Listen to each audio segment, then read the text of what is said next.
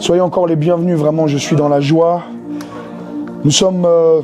dimanche dernier, nous avons ouvert notre nouvelle série, toujours dans le livre de Matthieu, n'est-ce pas? Qu'on avait intitulé « Trésor de vérité ». Alléluia. Mais après l'après-midi, là, il y avait une voix qui me disait « Non, j'hésitais entre deux, mais Révélation royale, c'est mieux quand même. » Alléluia. Oh, je suis un frère, tous les frères m'avaient dit Révélation royale. J'ai écouté les sœurs. Mais Trésor de vérité, c'est très bien aussi. Gloire au Seigneur. Donc mes sœurs, vraiment, c'est pas que je rejette votre conseil, c'est que dans mon cœur là, je me suis repenti, je dis Seigneur, Révélation royale, c'est mieux. Zanoa, faut pas m'en vouloir. Ah, pardon. Gloire au Seigneur. Trésor de vérité, Révélation royale. Le plus important, c'est ce que nous partageons, la parole de Dieu. Et une plongée en profondeur donc dans les chapitres 5 à 7 de Matthieu. Connu comment? Comme le sermon sur la montagne. Nous sommes arrivés donc jusque-là et nous avons introduit la semaine dernière avec les béatitudes, n'est-ce pas? Jésus nous dévoile dans ce sermon qui dure 3 chapitres, mais souvenez-vous, dans la Bible, il n'y a pas encore, enfin, à l'époque où Matthieu écrit, il n'y a pas encore la division des chapitres. Donc ça veut dire que toi, quand tu lis Matthieu 5 et tu passes à Matthieu 6, ce n'est pas un autre événement. Quand tu passes à Matthieu 7, ce n'est pas un autre événement. C'est le même événement réparti sur 3 chapitres, n'est-ce pas?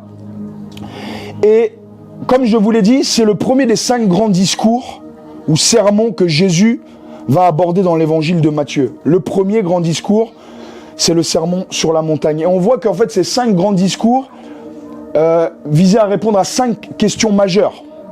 Et sans répéter les autres points, ce discours-là répond à la question, ce sermon-là répond à la question suivante: comment les disciples du Seigneur doivent-ils vivre? C'est une bonne question, n'est-ce pas? Si tu veux être un disciple du Seigneur, tu dois savoir comment vivre. Ce n'est pas ton pasteur qui doit te dire voici comment tu dois vivre, c'est la parole de Dieu. Amen. Si ton pasteur te dit autre chose que ce que Jésus a dit, tu ne dois pas écouter ça, tu dois écouter la parole de Dieu. Mais la vérité, c'est qu'aujourd'hui, les gens, les chrétiens, sont plus attachés aux traditions qu'ils trouvent dans leur église, sans forcément qu'elles soient en adéquation avec les Écritures. Aujourd'hui, la pauvreté d'esprit, on la retrouve plus forcément dans l'église, n'est-ce pas? J'ai expliqué ce que ça voulait dire, la pauvreté d'esprit, c'est ce qu'on a vu la semaine dernière. Heureux les pauvres en esprit, veut dire heureux ceux qui se reconnaissent spirituellement pauvres. C'est-à-dire en banqueroute spirituelle à l'intérieur. Ils reconnaissent qu'ils ont un besoin total du Seigneur. Est-ce que tu te reconnais comme spirituellement pauvre? Ou tu dis comme l'église de Laodicée dans la fin des temps: je ne manque de rien, je n'ai besoin de rien, Dieu m'a béni. Beaucoup de chrétiens disent Dieu les a bénis, mais ils ne sont pas pauvres en esprit. Pourquoi? Ils n'ont pas d'intimité avec lui. Est-ce que vous comprenez la différence? Comment les disciples donc du royaume doivent-ils vivre? On a vu ça. Si tu es sauvé, comment tu dois vivre? Et c'est une folie de vouloir aller dans les prophéties, dans les parler en langue, dans l'imposition des mains, dans la prédication, même sur le terrain, sur le champ missionnaire, sans connaître ces choses et sans travailler à ce que ces choses soient installées dans nos vies. Parce que souvenez-vous qu'avant de les envoyer, il les voulait avec lui pour leur enseigner ces choses. Amen. Alléluia. Amen. Et donc ce message, la semaine dernière, a posé les fondations. Être disciple, ce n'est pas un titre, c'est un mode de vie. Ce n'est pas parce que tu dis « je suis disciple » que tu es forcément un disciple. On le reconnaîtra à ton fruit, à ton mode de vie. Les disciples de Bouddha fonctionnent comme les enseignements de Bouddha, n'est-ce pas? Les disciples de Christ doivent se reconnaître parce qu'ils fonctionnent selon les enseignements. Et le premier sermon que Jésus donne, ce n'est pas voici comment chasser les démons, ce n'est pas qu'est-ce qui va se passer à la fin des temps, ou des choses ultra profondes dans les Écritures, comme les pasteurs disent ouais, non, moi je suis dans les profondeurs. Il parle des vraies profondeurs et il commence à dire déjà heureux les pauvres en esprit. Laissez-moi vous réexpliquer ce que ça veut dire heureux selon la parole. Parce que le concept du bonheur est vaste, comme on l'a vu la semaine dernière. Mais le mot qui est utilisé ici en grec, c'est makarios. Makarios, ça veut dire extrêmement béni, extrêmement heureux et comblé. Qui? La personne qui vit dans ces choses. Ce n'est pas une promesse pour le futur. Makarios ne veut pas dire si tu fais ça, tu seras comme ça. Il dit tu es déjà comme ça alors que tu dépends de Dieu. Voilà pourquoi tu dois combattre ces tristesses qu'il y a à l'intérieur de toi qui te poussent à être malheureux parce que tu n'as pas d'argent, parce que tu n'as pas encore le travail. Ce n'est pas parce que tu n'as pas ces choses que tu dois être malheureux en tant qu'enfant de Dieu. Un enfant de Dieu est heureux parce que déjà il est en relation avec lui. En relation. Heureux, tu l'es déjà. Heureux, les pauvres en esprit. Ça veut dire vous êtes déjà, si vous êtes pauvre en esprit. Est-ce que vous comprenez la différence entre je fais pour obtenir quelque chose et parce que je fais, c'est la preuve que je le suis déjà. Amen. Et donc nous avons aussi médité sur la deuxième béatitude. On est resté là. Heureux, n'est-ce pas, ceux qui pleurent, ceux qui sont affligés, car ils seront consolés. On a dit que chaque béatitude suivante repose sur la précédente. Ça veut dire qu'il est impossible de pleurer pour les choses de Dieu si d'abord tu n'es pas pauvre en esprit. Pleurer ne veut pas dire parce que tu as des problèmes, tu commences à pleurer. Les pleurs sont importants si tu veux guérir. Mais ce n'est pas ce type de pleurs dont il parle. Il dit « Heureux ceux qui pleurent sur leurs conditions devant Dieu. Heureux ceux qui pleurent lorsqu'ils voient l'état de l'Église et qu'ils prient, qu'ils intercèdent pour le salut des âmes. Heureux. Tu ne peux pas pleurer pour les âmes si toi-même déjà tu n'es pas conscient que tu as besoin de Dieu et que tu dépends totalement de lui. Est-ce que vous comprenez comment le diable est malin? Il est malin. Il veut te distraire. Il veut t'empêcher d'être connecté à ces vérités en t'amenant vraiment dans des soucis de la vie qui sont passagers, qui sont momentanés, qui ne servent à rien en réalité et qui t'encombrent ton cœur. Mais si tu cherches le Seigneur, si tu t'abandonnes, si tu commences là où Jésus a commencé, tu vas voir, ta vie va changer. Tu vas arrêter de commencer à te plaindre parce que ça ne marche pas là. Les disciples ne se plaignaient pas de ce qu'ils étaient en prison, ils louaient le Seigneur. Toi, tu es dans la prison, tu veux sortir déjà. Non, eux, ils disaient même pas on va sortir, ils louaient le Seigneur. Si Dieu veut qu'on sorte, on va sortir. Si on doit mourir, on va mourir. Que Dieu nous donne ce cœur-là pour Dieu. Seulement, le diable a tellement travaillé dans notre génération pour défocaliser le regard des chrétiens sur les choses secondaires, les choses de la terre. Et je l'ai dit, Dieu n'est pas contre ta prospérité matérielle, il est juste contre le fait que les priorités ne sont pas respectées. Heureux ceux qui pleurent car ils seront consolés. On peut continuer aujourd'hui ? Amen. Dis avec moi, Makarios. C'est-à-dire heureux, extrêmement comblé, béni. Nous sommes arrivés, n'est-ce pas, au verset 5 maintenant. Donc nous avons vu les deux premières béatitudes. Le mot béatitude veut dire bénédiction. En latin, ça vient du grec Makarios. Donc voilà, béatitude, ça veut dire ça. Heureux les débonnaires. Jésus parle, il dit heureux les débonnaires car ils hériteront la terre. D'autres versions nous expliquent ce que ça veut dire débonnaire. Heureux ceux qui sont doux car ils hériteront la quoi? La terre. Ceux qui sont doux, c'est quoi? Ça signifie ceux qui sont pliables sous la main du Seigneur.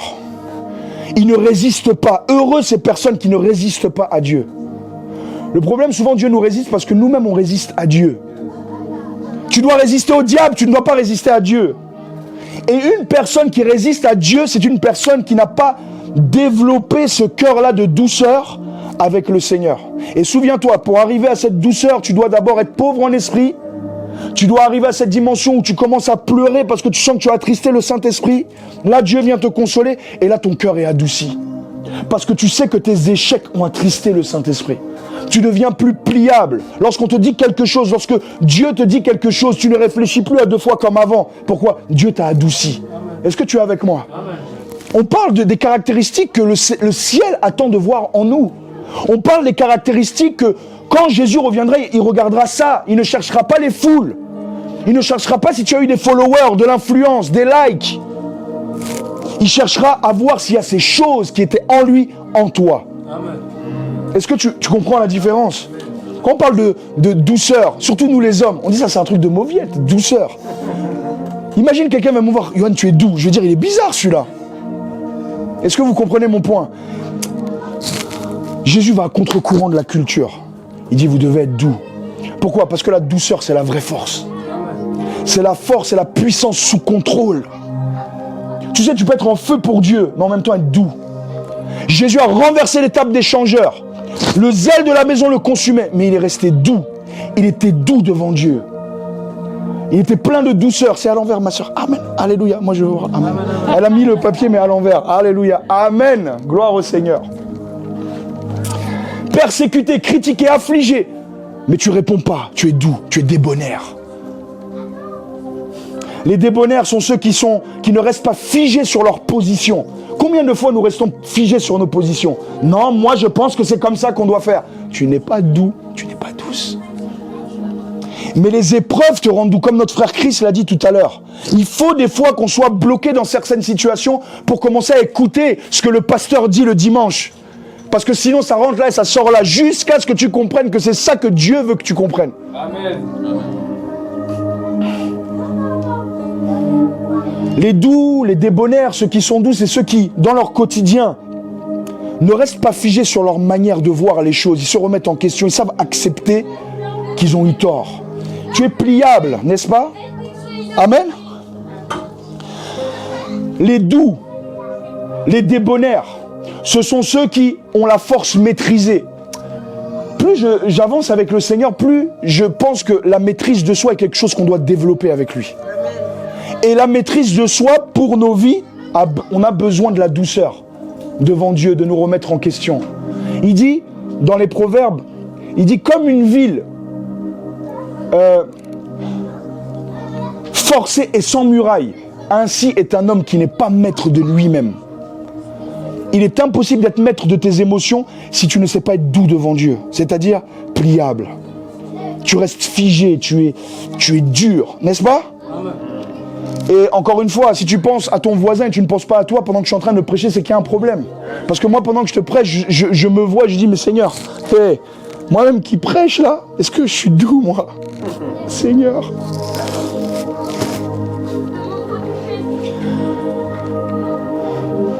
Aide-moi à être doux, Seigneur. Dis avec moi, aide-moi à être doux. Pour ceux qui nous rejoignent, nous sommes dans Matthieu 5, du verset 1 à 12, et nous sommes au verset 5 qui dit « Heureux ceux qui sont doux, car ils hériteront la terre ». Quelle est la promesse? Vous hériterez la terre. Dieu donnera la terre à ceux qui ont été doux devant lui.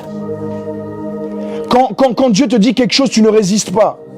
Laisse-moi aller plus loin, parce qu'il y en a, ils disent « J'obéis qu'à Dieu, j'obéis pas aux hommes ». Mais Dieu passe par les hommes aussi. Quand ton responsable au travail te dit « Fais ça » et que tu le fais, mais dans ton cœur tu murmures, tu dis « Tu n'es pas doux ».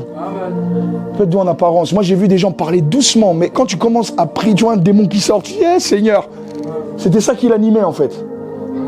Les circonstances révéleront si tu es doux ou pas. Et par la grâce de Dieu, Dieu n'attend pas que cette douceur soit parfaite, il veut que tu aspires à ça. C'est ça les doux. C'est pas ceux qui disent je suis doux, je sais que je suis doux. Non, non, non. C'est ceux qui aspirent à cette douceur. Lorsque tu aspires à être doux, tu l'es véritablement parce que c'est un cheminement. Force maîtrisée, n'est-ce pas? L'opposé de ça, c'est la force non maîtrisée. Tu es constamment en train de t'en prendre aux gens. Ce n'est pas juste. Pourquoi cette personne est comme ça? Sois humble. Tu n'as pas fait d'erreur, toi, pour juger les autres?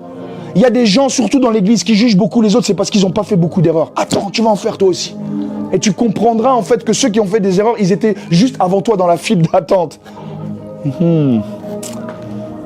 Voilà pourquoi, en fait, les épreuves nous rendent humbles, nous adoucissent.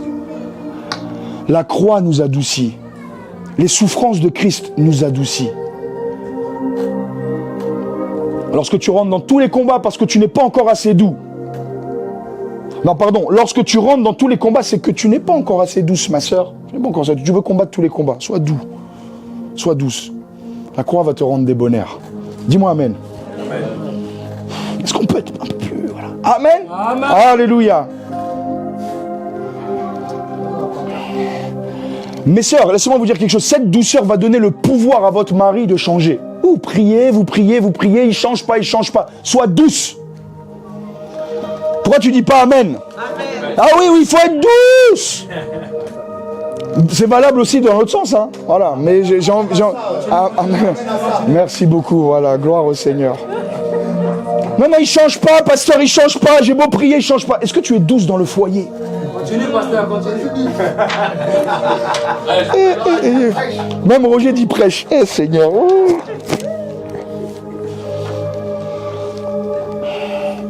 Pourquoi? Parce que cette douceur, c'est la force maîtrisée. Quand tu es, ton mari va bien diriger le foyer. Pourquoi? Parce qu'en fait, ton comportement parle plus que les mots qui sortent de ta bouche. La douceur d'un cœur qui prie, la douceur d'un cœur qui se ploie devant le Seigneur. Même si c'est difficile, parce que ça sera difficile. La douceur qui te pousse à aller dans la prière au lieu d'exploser quand il rentre. Toi, tu es là, tu parles à tout le monde de tes problèmes. Tu parles à tout le monde de tes problèmes, mais pas à Dieu. Si tu parles à Dieu de tes problèmes, tu n'auras plus le désir d'en parler à quelqu'un d'autre. Sauf aux personnes vraiment sages qui pourront t'aider à aller dans la même direction. Est-ce que tu es avec moi? Oui, oui. La promesse, c'est quoi? Tu hériteras la terre. Ça veut dire c'est toi qui vas diriger. Aujourd'hui, peut-être on te dirige, mais dans la vie future, là-bas, tu dirigeras toi qui a été doux. Les gens qui t'ont traité de mauviettes, de trucs, ils vont se lever dans l'autre vie, ils vont te regarder, ils vont dire comment tu as fait pour être là? Quel chemin tu as pris? C'est le chemin de la douceur de Christ. Est-ce que je peux continuer? Verset 7, verset 6, pardon, merci beaucoup Céline. Verset 6, on continue. Makarios, heureux, débonnaire, non pardon, heureux, ceux qui ont faim et soif de la justice, car ils seront rassasiés. Est-ce que vous êtes là? Écoutez bien, la vraie faim et la vraie soif de la justice ne peut s'installer en toi sans que tu ne sois vraiment doux de cœur. Voilà pourquoi elles se composent les unes sur les autres. Je méditais sur ça et la parole de Dieu le dit, il dit « Je leur rends le témoignage » dans Romains 10 au verset 2 à 3. Écoute bien ce qu'il dit. « Je leur rends le témoignage qu'ils ont du zèle pour Dieu, mais sans intelligence. » Il y a des gens, des chrétiens, qui ont du zèle pour Dieu, mais qui sont sans intelligence. Il explique, il dit « Ne connaissant pas la justice de Dieu. » Tu ne peux pas avoir faim et soif de la vraie justice de Dieu si tu n'as pas la douceur dans ton zèle. Il y a des gens qui sont zélés, mais ils blessent les autres. On t'invite à manger, toi tu dis « Je suis en jeûne. » Ok, pourquoi tu es venu alors? Si tu es là, mange avec nous. Non, non, il faut te dire la vérité. Si tu es en jeûne, tu n'es pas censé être là, en fait. Mais toi, tu veux le beurre et l'argent du beurre. C'est le zèle sans intelligence. Est-ce que vous comprenez? Lorsque tu es là, tu veux imposer ta sanctification aux autres en leur montrant que tu es plus saint que les autres. Zèle sans intelligence. Tu ne connais pas la vraie faim et la vraie soif de la justice. Pourquoi? Parce que tu n'as pas encore expérimenté la douceur. Tu n'as pas expérimenté la douceur parce que tu ne pleures pas assez sur tes péchés. Tu critiques les autres, mais tu ne pleures pas sur tes péchés. Tu dors bien, pourtant tu viens de pécher juste avant de dormir. Heureux ceux qui ont faim et soif de la justice, tu vois. Donc, la soif, tu bois comme ça. Si on pouvait boire la justice comme ça. Mais nous, c'est le péché qu'on boit comme ça. Tu dis, personne ne me voit. Texto Google. Site un peu bizarre. Trop bizarre. Écoute, moi, je te vois pas, mais le Saint-Esprit te voit en train de t'arrêter sur des comptes bizarres sur TikTok. Mon frère, ma soeur, tu scrolles, et puis soudain tu scrolles plus comme ça, tu reviens parce que tu as vu quelque chose. Et puis tu vois, repeat. Tu likes pas, parce que si tu likes, on va voir que tu as liké, ça va être compliqué. Heureux ceux qui ont faim et soif de la justice, pas du péché. La faim et la soif de la justice. Écoute-moi, je vais continuer. Après, je crois, ça c'est moi. Après, l'homme charnel, le désir le plus fort qu'il a, de par son état de pécheur, c'est la convoitise. On convoite tous quelque chose. C'est fort. Dès le bas âge, tu vois l'enfant vouloir ce que l'autre a. Mais avec ça, il y a aussi un autre désir qui est très fort, c'est la faim et la soif. C'est tellement puissant, la faim et la soif. Si j'arrête de boire et de manger, je meurs, n'est-ce pas? Si j'arrête d'avoir faim et soif, j'arrête de boire et de manger et donc mon corps va dépérir. Ce qui implique quoi? Que tu dois revenir sans cesse à cet état de soif et de faim des choses de Dieu. Il y a des gens qui sont chrétiens, ils n'ont pas faim de Dieu. Ils n'ont pas soif de Dieu. Moi-même, le premier, il y a des saisons de ma vie, quand je regarde, je me dis, Seigneur, j'étais là, mais est-ce que vraiment j'avais soif de toi? Quand le Seigneur a commencé à m'enseigner ces choses avant que je puisse vous les prêcher, bien que je ne sois pas parfait, j'ai commencé à me remettre en question et réaliser qu'en fait, est-ce que je suis vraiment heureux si je n'ai jamais faim de Dieu? Si je peux jeûner de Dieu pendant une semaine? Il y a des gens ici, ils mangent 6 jours les choses du monde et 45 minutes les choses de Dieu et ils pensent qu'ils sont spirituels. Non, c'est l'inverse que tu dois faire. Tu dois beaucoup plus manger les choses de Dieu et jeûner les choses de... Mais comme je le dis souvent, quand les gens jeûnent, toi tu manges. Quand le pasteur dit jeûne et prière, toi là, dès lundi matin, tu manges ton croissant parce que tu ne sais pas t'arrêter 1 jour, 2 jours, 3 jours, 4 jours. Dieu ne t'a pas demandé de jeûner à sec toute la journée, il t'a demandé de sacrifier des choses pour lui. Est-ce que vous comprenez? La faim et la soif n'est pas un sentiment d'un jour, c'est quelque chose qui revient. Demain, tu auras encore faim. N'est-ce pas? C'est pas parce que tu as faim et soif aujourd'hui que demain, tu ne dois plus avoir faim et soif. Il dit « Heureux si tu as faim et soif de la justice ». Qu'est-ce que ça veut dire avoir faim et soif de la justice? Vous voulez savoir? La version français courant nous dit ça. Regardez. Heureux ceux qui ont faim et soif de vivre comme Dieu le demande. Car Dieu exaucera leurs désirs. Là, quand il parle de la justice, il ne parle pas de la justice qui nous sauve, qui nous rend juste devant Dieu. Il parle du mode de vie que nous devons mener, un mode de vie juste. C'est-à-dire conforme à ce que Dieu demande. Est-ce que j'ai faim? Est-ce que tu as faim d'avoir le désir de faire ce que Dieu a demandé? C'est-à-dire que là, tu entends ce message. Cette semaine, est-ce que tu as le désir, la faim et la soif de mettre en pratique ces choses? C'est ça la faim et la soif de la justice. Il dit, tu peux ne pas l'avoir, mais ne cherche pas le bonheur. Tu ne l'auras pas sans ça. J'allais dire malheureusement, c'est pas malheureusement. Malheureusement pour ton vieil homme, pour la chair. Quand Dieu t'a appelé, il a mis un trait, il a désiré anéantir ce vieil homme dans ta vie. Ça veut dire qu'il y a des désirs que ce vieil homme a, que Dieu ne veut plus que tu entretiennes. Il t'a fait rentrer, malgré toi, dans un processus où tu dois avoir faim de lui, soif de lui. J'ai faim et j'ai soif de quoi? De vivre en conformité avec les enseignements du Maître. Il y a des gens, ils ont des prophètes préférés, ils n'enseignent même pas la Bible. Tu écoutes tout ce qu'ils disent, tu vas dans la prière, tu mets en pratique ces choses. Mais lorsque la parole de Dieu écrite te dit, est-ce que tu as faim et soif de ma justice? Est-ce que tu as faim et soif de m'obéir? Tu ne le fais pas. Est-ce que vous êtes avec moi? Amen. Je suis là pour vous dire la vérité et nous amener à la repentance. Le Seigneur m'a dit, tu dois préparer un peuple bien disposé pour moi, car le temps est proche, et quand il viendra sonder nos cœurs, sonder nos vies, ça ne sera pas tous ces apparats qu'on cherche à obtenir avec la foi que Dieu nous a donnée, mais ça sera les choses intérieures d'abord. Ton cœur devant Dieu. Mais si nous sommes là, c'est parce que nous avons soif. Donc là, j'ai soif de quoi? De pardonner convenablement, par exemple. Faim et soif de la justice, c'est obéir à la parole. Faim et soif de faire ce que Dieu m'a demandé. J'ai soif donc de lui pardonner convenablement. Comme disait Christ, mon cœur n'a pas envie de pardonner. Je viens même pas pour pardonner, je viens d'abord pour écouter. Mais au final, je me retrouve à pardonner. Pourquoi? Parce que je me rappelle de ce que la Bible dit. J'ai soif de pardonner convenablement. J'ai faim de bien entretenir mes relations. Ne joue pas avec tes relations. Dieu te les envoie. Tu devras rendre des comptes pour ces relations. Je suis désireux à l'extrême de bien gérer mon temps, mon mariage, mes ressources, mes finances, comme Jésus me le demande. Ne fais pas chauffer la CB comme si c'était à toi. Tout appartient au Seigneur, sinon il n'est pas le Seigneur. Ça ne veut pas dire que tu ne peux pas te faire plaisir. Ça veut dire que tu dois t'aligner à ce que Dieu a demandé. J'ai faim de vivre comme Dieu me le demande et pas comme je le désire. Tu sais qu'à un moment donné, quand tu te réveilles la nuit par soif de Dieu, tu es en plein dans cette chose-là. Tu es en plein dans la faim et la soif de la justice, mais tu dois l'entretenir. Tu es là le dimanche, tu es en feu, mais le lundi, c'est plus compliqué. Pourquoi? Parce que tu dois entretenir ce que Dieu est en train d'amener dans ton cœur, dans ta destinée. En un mot, ça veut dire quoi avoir faim et soif de la justice? Ce qui te rend heureux, Makarios. Ça veut dire, j'ai faim et j'ai soif d'être agréable à mon Père qui est dans les cieux. Les gens ne me voient pas, mais moi, je veux lui plaire. Je suis au travail, les gens jouent, les gens rigolent, les gens blaguent. Moi, je ne blague pas sur certaines choses. Pourquoi? J'ai soif de lui être agréable.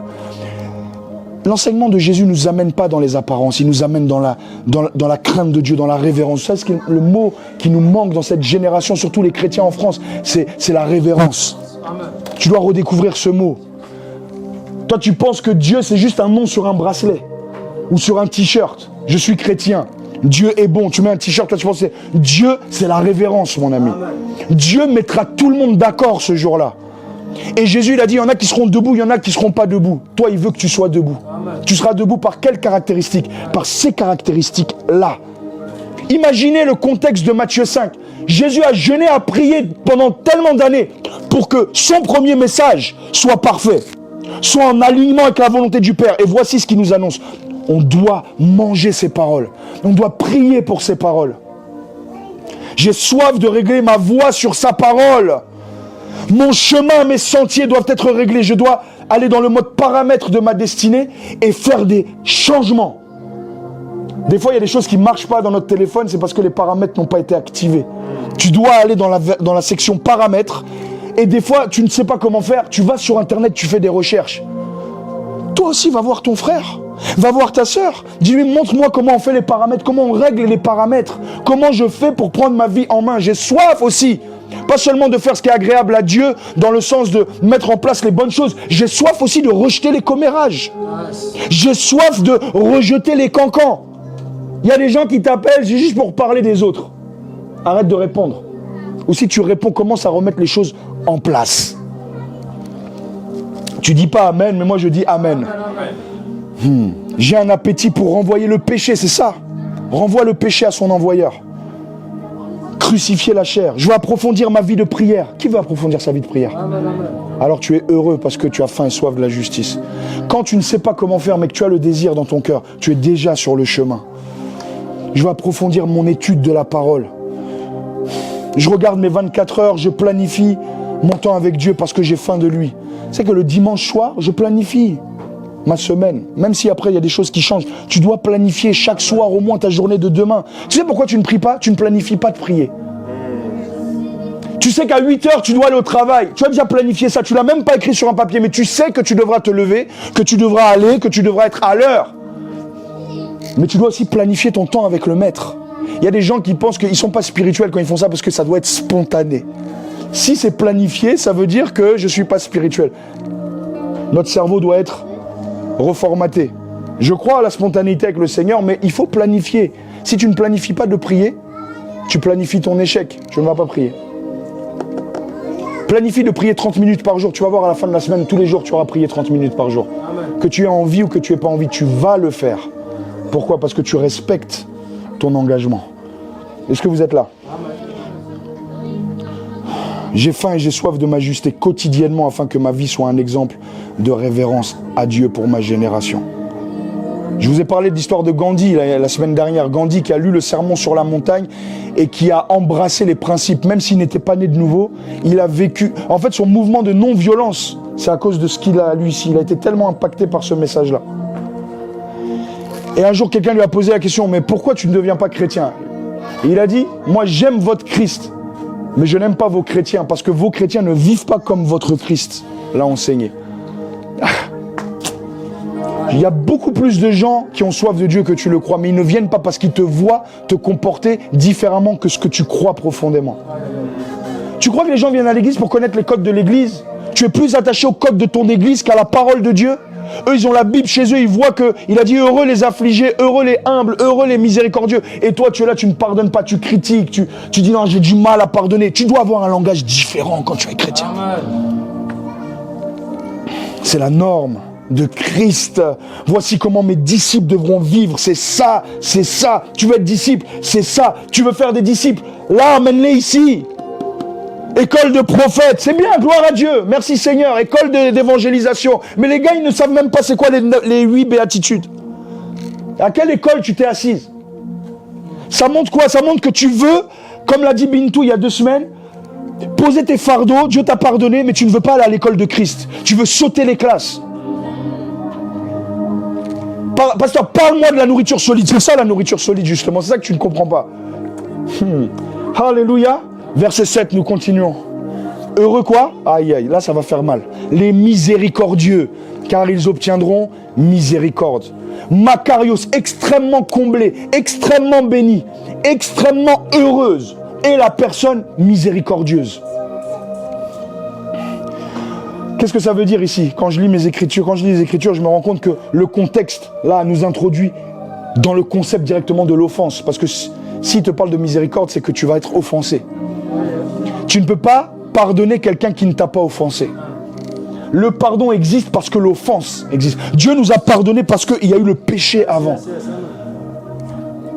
Donc, il est en train de te dire, tu vas être offensé, mon frère, mon fils, ma fille. Ton conjoint va t'offenser. Et d'ailleurs, l'offense va venir par les personnes que tu aimes le plus. Parce qu'une personne que tu n'aimes pas, lorsqu'elle va mal te parler, tu vas être... C'est pas grave, tu vas être fâché, tu vas oublier. Mais si c'est ton pasteur, si c'est ton conjoint, si c'est ton enfant, si c'est un parent, là, tu vas devoir apprendre à faire miséricorde aux autres. Est-ce que vous êtes avec moi? Quelqu'un qui te fait du mal, quelqu'un qui t'a battu, quelqu'un qui a abusé de toi. Jésus te dit heureux les miséricordieux. Jésus connaît ta vie mieux que toi-même. Il sait que ce que tu as vécu est difficile, mais il te dit aussi, tu devras pardonner. Amen. Alléluia. Amen.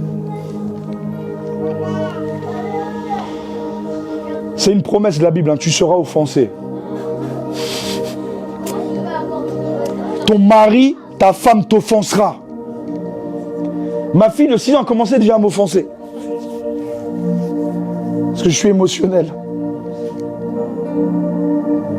Comment toi, ma fille, tu peux me dire des trucs comme ça? Même si tu ne les penses pas. Ça me fait quelque chose. Est-ce que vous êtes avec moi? Bon, nous, on est vrai. En tout cas, moi, je ne sais pas pour toi. Toi, peut-être déjà, tu es au ciel. Tu es là. Tu as pardonné à tout le monde. Tout va bien pour toi. Moi, je sais que j'ai besoin de miséricorde. Et ce qui est intéressant avec cette béatitude présentée par Jésus, c'est la seule, écoute bien, qui fonctionne sur le principe de réciprocité. Heureux les miséricordieux, car ils obtiendront miséricorde. En d'autres termes, en fait, si tu veux obtenir miséricorde, il faut que tu sois miséricordieux avec les autres. Tu veux qu'il te pardonne, toi-même pardonne. Est-ce que vous comprenez? Tu veux que Dieu te pardonne, toi-même pardonne ton voisin. Amen. Non mais il m'a énervé, tu ne te rends pas compte, il m'a énervé. Mais il n'y a pas de miséricorde s'il n'y a pas d'offense, donc forcément je sais que tu as été énervé. Tu recevras la même chose que tu as donné, c'est ce que Jésus dit. Si tu es miséricordieux, tu obtiendras miséricorde. Le mot miséricorde, c'est le mot pardon, le mot grâce, le mot bonté. Si tu es bon avec les autres, si tu veux qu'on soit bon avec toi, sois bon avec les autres. Est-ce que vous êtes avec moi? Si tu veux expérimenter la grâce de Dieu, sois gracieux envers les autres. Ils font des erreurs, pardonne-leur. Sois comme lui, dire, il ne sait pas ce qu'il fait. Tu ne peux même pas regarder à la croix si tu n'expérimentes pas la miséricorde, si toi-même tu n'es pas miséricordieux. Comment tu vas regarder à cette croix qui est le symbole même de la miséricorde? Est-ce que vous êtes avec moi? La miséricorde, c'est la compassion, c'est la grâce, c'est le pardon. Tu m'as offensé, mais je choisis de te pardonner. Il y a des mariages qui courent à leur perte. Et vous qui êtes célibataire et qui êtes sur le chemin de vous marier ou de vous remarier, faites attention. Tout ce que vous ne traitez pas dans le cœur, c'est une bombe à retardement. La grâce que tu ne donnes pas, tu moissonneras la tempête dans ton mariage. Il y a des gens qui se sont tellement blessés mutuellement. Je vous dis, moi et ma femme, on s'est blessés plus d'une fois et des frères et sœurs mariés ici peuvent se dire, même si on s'aime, on va se blesser. Mais en fait, si ça n'explose pas, c'est parce qu'on se pardonne. Amen.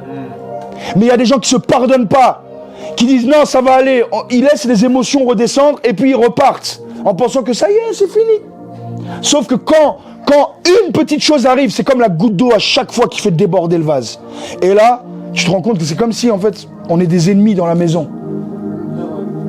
Alors qu'en fait, ces choses-là doivent arriver. C'est juste le pardon aussi qui doit arriver. Tu ne fais pas produire la grâce là où il y a l'offense, alors tu ne pourras pas voir la réconciliation. Il y a qui ici qui peut... les gens qui disent, bon, c'est le marketing. Lune de miel tous les jours. Ça fait 45 ans que je suis marié avec ma femme, c'est la lune de miel tous les jours. Moi, je dis en tout cas, je sais pas quelle dimension c'est, mais moi, c'est pas la lune de miel tous les jours. Est-ce qu'on peut parler? Qui montre le secret? Qui nous montre les secrets? On sait que c'est pas vrai.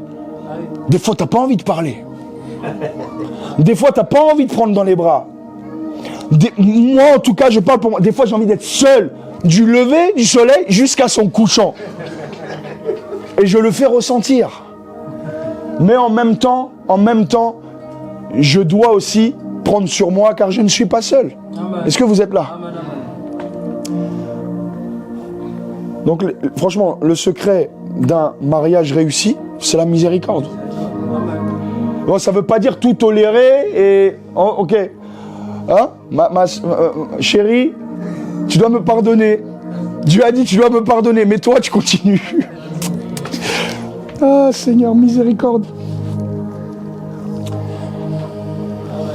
Oui, oui, des soupirs, j'entends des soupirs.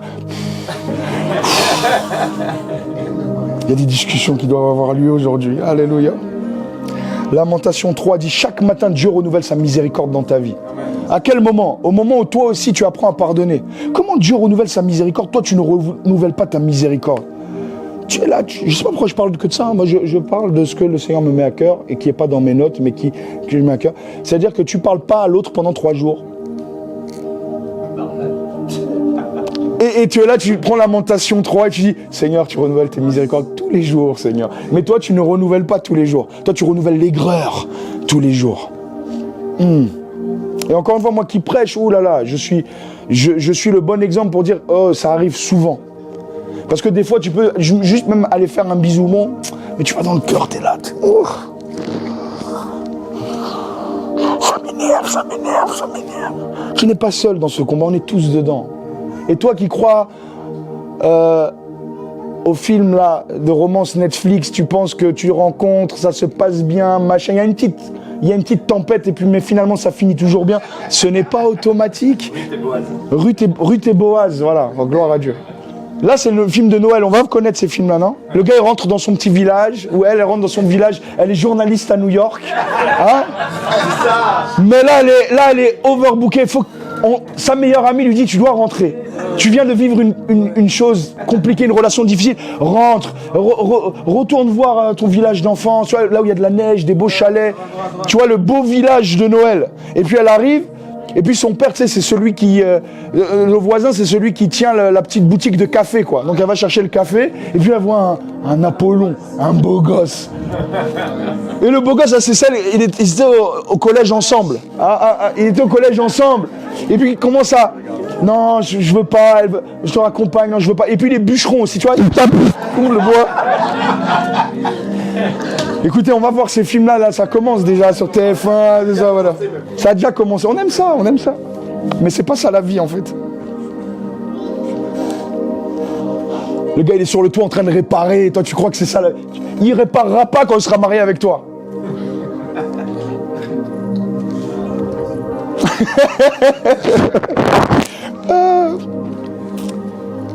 Non, nous les hommes, on est forts. Cette béatitude doit être au cœur de nos relations. Bénis soient ceux qui pardonnent. Tu ne pourras pas fleurir dans l'amertume. Tu devras libérer ton cœur. Je devrais libérer mon cœur. Toutes les personnes qui t'ont heurté là, libère-les. C'est plus dur pour certaines personnes. Pourquoi? Parce qu'elles ont été traumatisées. Mais Dieu te donne cette capacité, parce qu'il y a un témoignage derrière. Si tu arrives à le faire, combien de personnes qui n'arrivent pas pourront y arriver à cause de ton témoignage? C'est dur. Voilà pourquoi, en fait, pour arriver à là, tu dois être dans les précédentes, n'est-ce pas?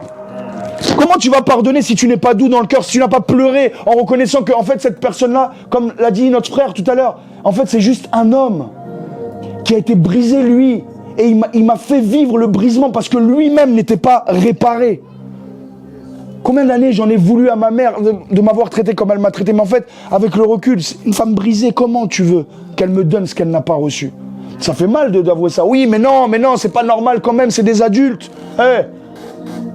Il y a des gens, ils grandiront jamais dans leur tête. Il y a des gens qui disent avec les cheveux blancs, tu as la sagesse. Il y a des gens, ils deviennent pires.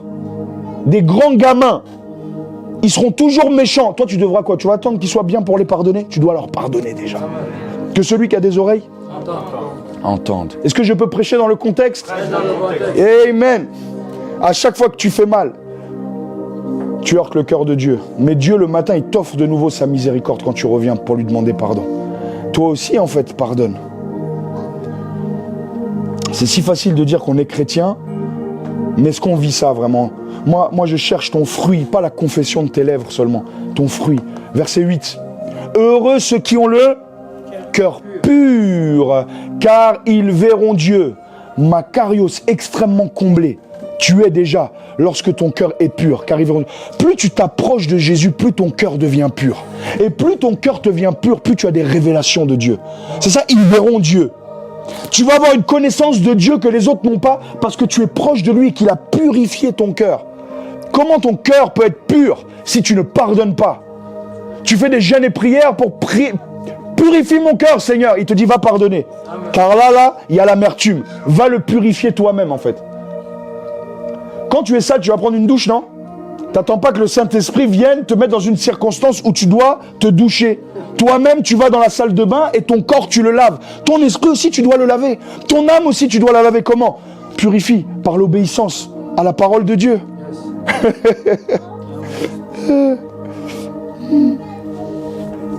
Heureux les cœurs purs, pas les cœurs durs, hein, les cœurs purs. Chaque béatitude se bâtit sur la précédente. Ça veut dire que tu ne peux pas entrer dans la pureté sans passer par les précédentes, sans aspirer aux précédentes, n'est-ce pas? Voici ce que cela veut dire. Le plus près, tu viens de Jésus. Et ça, il faut que tu le retiennes. Plus tu t'approches de lui, plus il te purifie dans ton cœur. Purifier dans ton cœur, ça ne veut pas dire que tu es parfait encore dans tes raisonnements. Ça veut dire que ton raisonnement s'aligne de mieux en mieux avec lui. Là où hier, la miséricorde n'était pas un réflexe, ça devient un réflexe. Non, je dois pardonner, je dois pardonner. Je ne peux pas aller me coucher sans pardonner. Et puis le Saint-Esprit, il est fort, hein. Il vient, il te rappelle des versets. Non, ne laisse pas la colère se coucher, ne laisse pas le soleil se coucher sur ta colère. Ça, c'est pas le diable qui est en train de te parler. C'est même pas ta chair, c'est Dieu qui te dit vas-y, vas-y, avant qu'elle dorme là, vas-y. Avant qu'il dorme, vas-y. Et pas, envoie pas un texto, hein. Vas-y. Vous êtes sous le même toit, vous envoyez des textos. Allez parler quand même.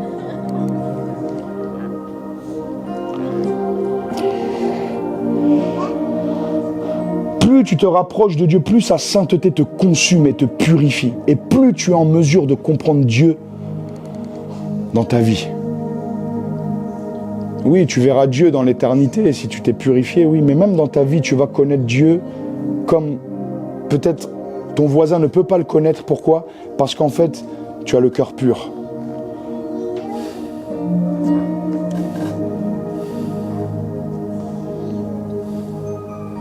Si tu poursuis Jésus, ça veut dire quoi aussi? Ta vision deviendra de plus en plus claire. Parce que tu vas voir les choses de Dieu alors que tu le poursuis lui. Et je ne parle pas de poursuivre Jésus pour qu'il te donne quelque chose de matériel. On attend toujours que Dieu nous donne. Rappelez-vous, hein, ils sont venus, ils se sont assis, ils venaient de faire des miracles. Le contexte de Matthieu 5, c'est ça. Toute une foule le suit. Et lui, il ne commence pas à dire « je vais entretenir la foule » en leur disant « Dieu va vous bénir cette année, etc. » Il leur dit les termes du disciple-là.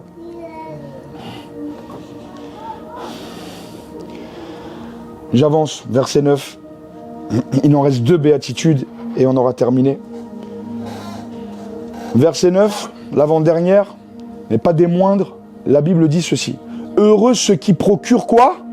La paix, car ils seront appelés fils de Dieu. La version, il y a une version qui dit, je crois c'est NFC, je ne sais pas si c'est Nouvelle, Français courant ou un truc comme ça. Il dit, heureux les artisans de paix, car ils seront appelés quoi? Enfants de Dieu. Car ils seront appelés fils de Dieu. Makarios, extrêmement comblé, et la personne, pas qui sait garder sa paix. Il ne dit pas ça là ici, ceux qui gardent leur paix. Il dit ceux qui procurent la paix aux autres. Ça sous-entend quoi ça? Ça sous-entend qu'il y aura des conflits dans ta vie. Il y aura des conflits à la maison, il y aura des conflits à l'église, il y aura des conflits dans le foyer. Il y aura des conflits au travail, il y aura des conflits dans la famille.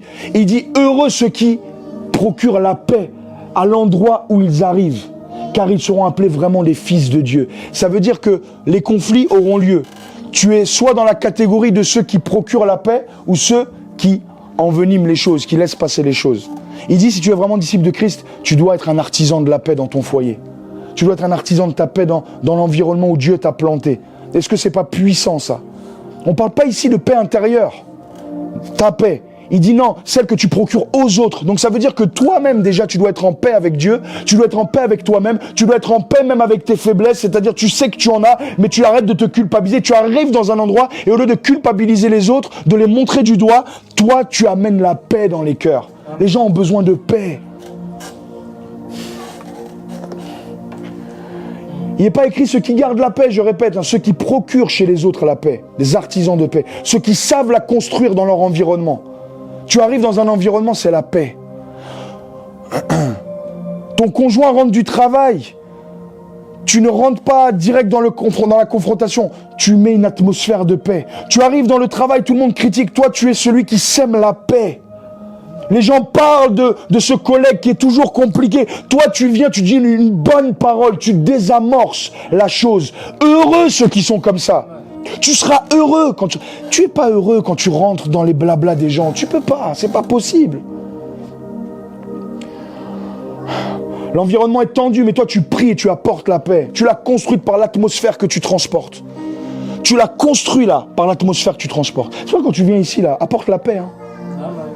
Des fois on est là, on se donne du mal à la fin du culte. Toi tu construis pas la paix. Imaginez-vous, on est tous des artisans de paix en activité là. Quelle onction il va y avoir au milieu de nous? J'ai pas envie, je veux pas faire ça, je veux pas faire ça. Alors que si on est des artisans de paix, on va faire en sorte que chacun se sente bien, chacun aille bien. Et même si moi je ne suis pas bien, je dois pas dire ouais, pourquoi personne n'est venu me voir. Moi-même je dois aller voir les autres. Et quelqu'un s'occupera de moi. Si c'est pas quelqu'un, ça sera le Seigneur lui-même. Il m'appellera son fils parce que j'ai travaillé à la paix dans mon environnement. La preuve que tu es vraiment un follower de Christ, un suiveur de Christ, Matthieu 4, 19, suivez-moi et je ferai de vous des pécheurs d'hommes. La preuve, c'est quoi? C'est que tu es un artisan de paix, fils de Dieu. N'est pas fils de Dieu ou fille de Dieu celui qui dit je suis fils de Dieu, celui qui procure la paix. Vous voyez à quel point le Seigneur est sage. Il t'amène dans tes relations à être celui qui fait le premier pas, pas celui qui attend que l'autre fasse le premier pas. Tu es l'artisan de la paix. Tu es celui qui enclenche le processus de dialogue. Tu es celui qui enclenche le processus de réconfort. Tu es celui qui, même s'il est dans la position de la victime, celui qui enclenche l'ouverture. Combien de fois ma femme a été celle-là et ça m'a désarmé. Dieu merci, moi aussi des fois je suis... Voilà, non, Dieu fait grâce aussi quand même que moi aussi j'aille. Parce qu'il ne faut pas... Voilà. Alléluia. Dis avec moi Amen. Amen. Et si tu veux dire aïe, tu peux dire aïe. Mais en tout cas, gloire à Dieu. Tu ne peux pas être dans des discussions de destruction. Tu es un artisan de paix. Je peux te dire ça de manière un peu plus brute. Tu ne peux pas te dire fils de Dieu, fille de Dieu ou chrétien. Et tu aimes les dramas. Ça veut dire qu'aujourd'hui, même sur YouTube, fais attention au programme que tu regardes. Pourquoi? Parce que maintenant, il y a ceux qui sont là et ils mettent une vidéo et ils parlent de la vidéo. Ils disent, ah tu vois, ils ont dit ça, ils ont dit ça. Ça, c'est les dramas. Tu n'aimes pas écouter la Bible audio, tu aimes écouter ça. Tu n'aimes pas écouter le pasteur qui prêche, tu aimes écouter ça. Pourquoi? Parce qu'il commente la vie des autres. Oh, il a dit ça, il a dit ça. C'est des vidéos réactions. Mais en fait, c'est des dramas. Vous n'avez pas entendu la dernière nouvelle? Tu ne peux pas te dire chrétien et tu n'es pas un artisan de la paix. Tu dois travailler à cette paix. Commence déjà là où tu es. Dis à ton voisin, commence là où tu es. S'il ne te dit pas, c'est pas grave. Dis-le à toi-même. Je commence là où je suis. Si tu aimes les dramas, si tu aimes les dramas, c'est quoi? C'est les commérages, les critiques, les quoi? Les songi. Et que tu les gardes et tu les entretiens pendant un long laps de temps. C'est-à-dire, vous voyez toujours avec la même personne. Demain, vous parlez encore de ça. Tu as besoin de te convertir. Tu n'es pas converti, en fait. Parce que les chrétiens, maintenant, se battent même entre eux. Ça veut dire quoi? Ils ne sont pas encore des disciples. On est des insensés. On doit être des gens sensés, des gens de bon sens. Mais des fois, on est des insensés. On critique le pasteur, on critique les brebis, on critique les frères, on critique les sœurs. On critique. Soyons des artisans de paix. Laisse-moi te donner un bon conseil. Quand tu vas dans un environnement, ne cherche pas ce que tu peux obtenir des autres. Cherche ce que tu peux apporter la paix. Quand tu vas dans un travail, ne regarde pas juste le salaire. Dis Seigneur, je suis ton disciple, je suis ta disciple. Peut-être qu'il y a une mission là. Peut-être le salaire n'est pas aussi bon que là-bas. Mais peut-être c'est là que tu veux m'envoyer. Parce que moi, j'ai développé cette habitude-là de dire, je ne suis pas l'argent. Et quand je prends moins d'argent, je sais que Dieu me bénira autrement. Et je l'ai vu. À de nombreuses reprises, Dieu m'est témoin. Je n'avais pas d'argent, Dieu m'a béni. Pourtant, je ne cherchais pas l'argent. Je cherchais à être un artisan de la paix. Tu veux être un artisan de la paix? Alors tu es heureux, tu es heureuse. Et je finis avec ça, car le temps est avancé. Vous voulez que je finisse ou pas? Amen. Que tu penses déjà à ton repas là. Je vais te faire 30 minutes attendre de plus, tu vas voir, tu vas bien manger après. Ton ventre qui gargouille. Oh, je vais aller au restaurant tout à l'heure, j'ai un rendez-vous. Quand ça va s'arrêter? Il n'y a que Dieu qui sait ici quand ça va s'arrêter. Le culte, on sait quand il commence, on ne sait pas quand il s'arrête. Non, je plaisante. La dernière. Elle est répétée 2 fois.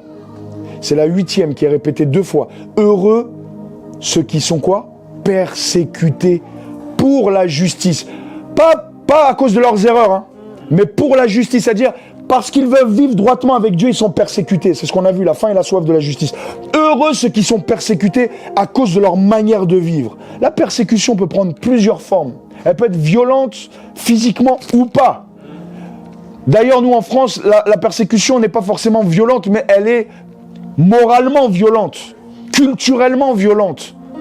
Au point où tu n'oses même pas dire que tu es chrétien. Au point que tu n'oses même pas dire que tu n'es pas d'accord avec certaines choses parce que tu sais que si tu le dis, c'est la persécution qui viendra sur toi. Il dit heureux lorsqu'on vous persécutera à cause de votre mode de vie qui est selon les Écritures. Vous aurez des ennemis, ça veut dire, vous en aurez. Vous n'avez pas à lutter contre la chair et le sang, mais il y a des ennemis de chair et de sang qui vont se lever contre vous. Ils vous voudront du mal, ils vous critiqueront, ils vous saliront. Ils feront des conciliabules entre eux pour vous faire tomber au travail. Heureux, tu es heureux si ça t'arrive. Écoute ça. Tout le Nouveau Testament est écrit dans le contexte de la persécution. Tous les évangiles, les épîtres ont été écrits dans le contexte de la persécution. Les chrétiens étaient persécutés. Nous aussi, nous serons persécutés. Certains ont été coupés en deux. Ça, je vais dans les extrêmes. Certains ont été percés par des épées, comme Matthieu qui a écrit l'évangile en Éthiopie, percé par une épée. Pourtant, c'était les princes de ce monde, c'était les gens les plus nobles de ce monde, mais ils n'étaient pas dignes de ce monde. Brûlés vivants sur le bûcher, dévorés par des bêtes féroces, parfois à 15, 16 ans. Lisez l'histoire de l'Église, vous verrez des histoires. Vous direz, mais Seigneur, est-ce que moi-même je suis converti quand je vois des gens comme ça mourir pour leur foi? Est-ce que tu sais qu'aujourd'hui, j'en discutais hier avec le frère Roger, il y a 380 millions à peu près de chrétiens dans le monde qui sont persécutés physiquement. Je ne parle pas de nous là, ici, là, non. Physiquement, au Nigeria, au Soudan, actuellement. Que tu vois même la vision de Google Earth, tu vois des taches noires. Tu dis, c'est quoi ça? C'est des corps.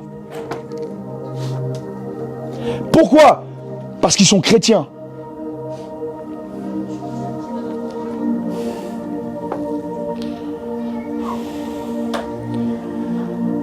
Persécuté. C'est le cœur même de la parole de Dieu. C'est la fin, il répète ça 2 fois. À cause de la justice, car le royaume des cieux est à eux. Heureux serez-vous lorsqu'on vous outragera, qu'on vous persécutera, qu'on dira faussement de vous toutes sortes de mal, à cause de moi. Réjouissez-vous et soyez dans l'allégresse. C'est-à-dire qu'il dit pas passe à autre chose. Il dit réjouis-toi en fait, sois dans la joie. Car c'est ainsi qu'on a persécuté les prophètes qui ont été avant vous. Parmi ces 8 béatitudes, seulement, et note bien ça, la première et la dernière ont une promesse conjuguée au présent. Le royaume des cieux est à vous, la première et la dernière. Toutes les autres, c'est au futur. Est-ce que vous comprenez? Vous êtes déjà heureux parce que vous faites ces choses. Mais n'attendez pas à ce que, parce que vous l'avez fait, dans la foulée, vous obtiendrez miséricorde. C'est pas tout de suite des fois. Je parle des hommes. Heureux ceux qui ont le cœur pur car ils verront Dieu. Toi, tu marches dans la pureté. Parfois, tu ne vois pas Dieu pendant plusieurs jours. Mais à un moment, tu vas le voir. Mais par rapport à la pauvreté d'esprit, la première, il dit le royaume des cieux est déjà à toi. Tu es déjà dedans. Si tu es persécuté, le royaume des cieux est déjà à toi. Amen. Est-ce que tu es prêt à être persécuté? Est-ce que je suis prêt à être persécuté? Par ces béatitudes, mes amis, Jésus nous a introduits dans une vision du monde qui est à contre-courant. Qui certains même vont dire ça c'est pas spirituel, alors que c'est très très spirituel. Et là ils vont dire ça c'est trop simple pour moi, mais c'est tellement profond. Car si tu mets ces choses-là en pratique de tout ton cœur, même si tu n'es pas parfaite, les gens verront Christ en toi. Tu commenceras à déranger, tu seras persécuté. Tu ne devras pas rétorquer. Tu devras pardonner, tu devras fermer la bouche semblable. Pourquoi il est l'agneau de Dieu? Il est l'agneau de Dieu parce qu'en fait l'agneau quand on l'emmène à la boucherie, il n'ouvre pas la bouche. Caractère de l'agneau. Quand on te tourmente, tu n'ouvres pas la bouche. Tu ne cherches pas à te faire justice. Est-ce que vous comprenez? C'est pour ça qu'avant de prier, j'aimerais faire une annonce. Cette semaine, nous serons en jeûne et prière. Nous allons maintenir les prières du matin de 30 minutes de 6h à 6h30 et nous allons également prier le soir du lundi au vendredi de 20h à 20h30. Parce que mon objectif, c'est pas qu'on prie des heures sur Zoom ensemble. Mon objectif, c'est de nous amener ensemble à prier et maintenir le feu personnel, chacun dans nos vies, dans nos foyers, dans nos familles.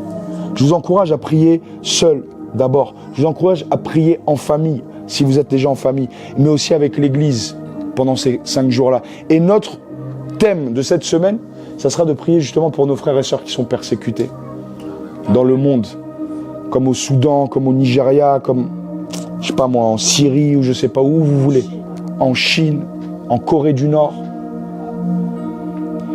Et prier vraiment, parce que nous on est là, on est dans nos voitures, dans nos belles voitures, on va communier ensemble, mais il y a des gens qui là, pendant que je parle, ils se cachent pour pas être tués, parce qu'on les cherche. Et ce sont nos frères.